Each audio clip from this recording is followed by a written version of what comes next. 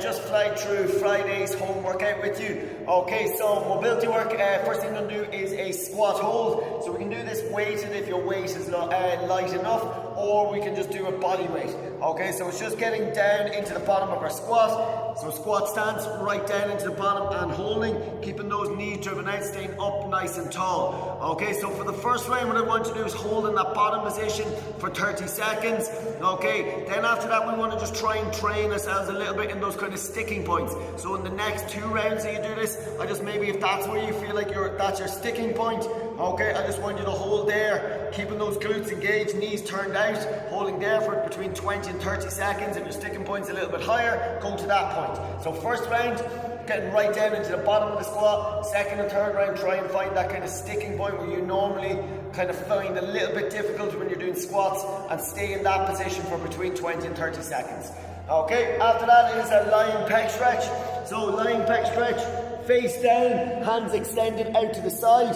Okay, I'm going to do my left side. I pull my right hand all the way in, keep my left palm facing down, pushing that right hand into the ground, stepping all the way over, driving that hand into the floor. Okay, so it'll be stepping right across, pushing all the way through, chest pushes forward, holding that for 30 seconds on each side.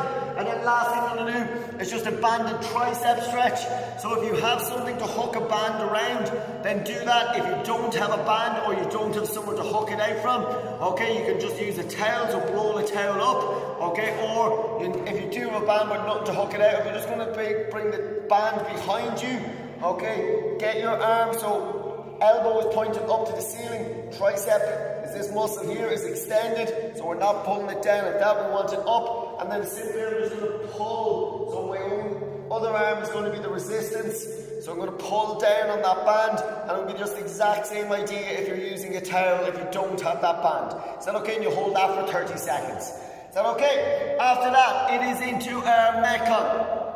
Okay, so Metcon is a buy-in of 25 overhead push presses.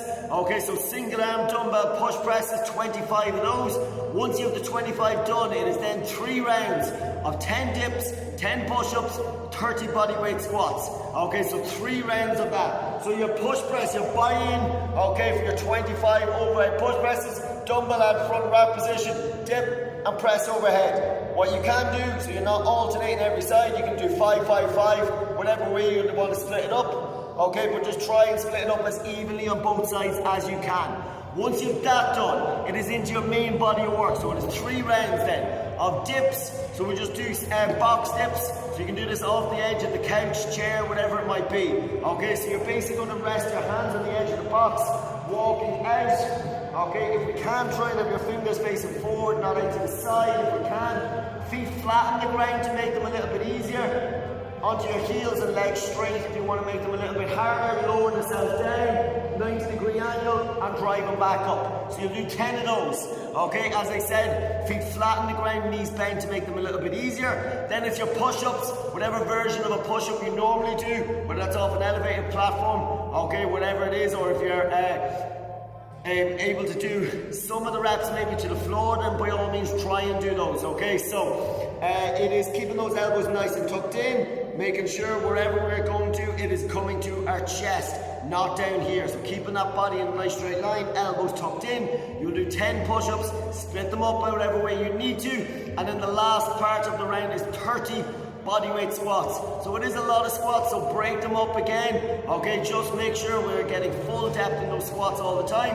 If you feel like you need to have something behind you to give you that kind of guidance that you know you're getting the same level of depth every single time, that is something I would recommend doing. Is that okay? So 25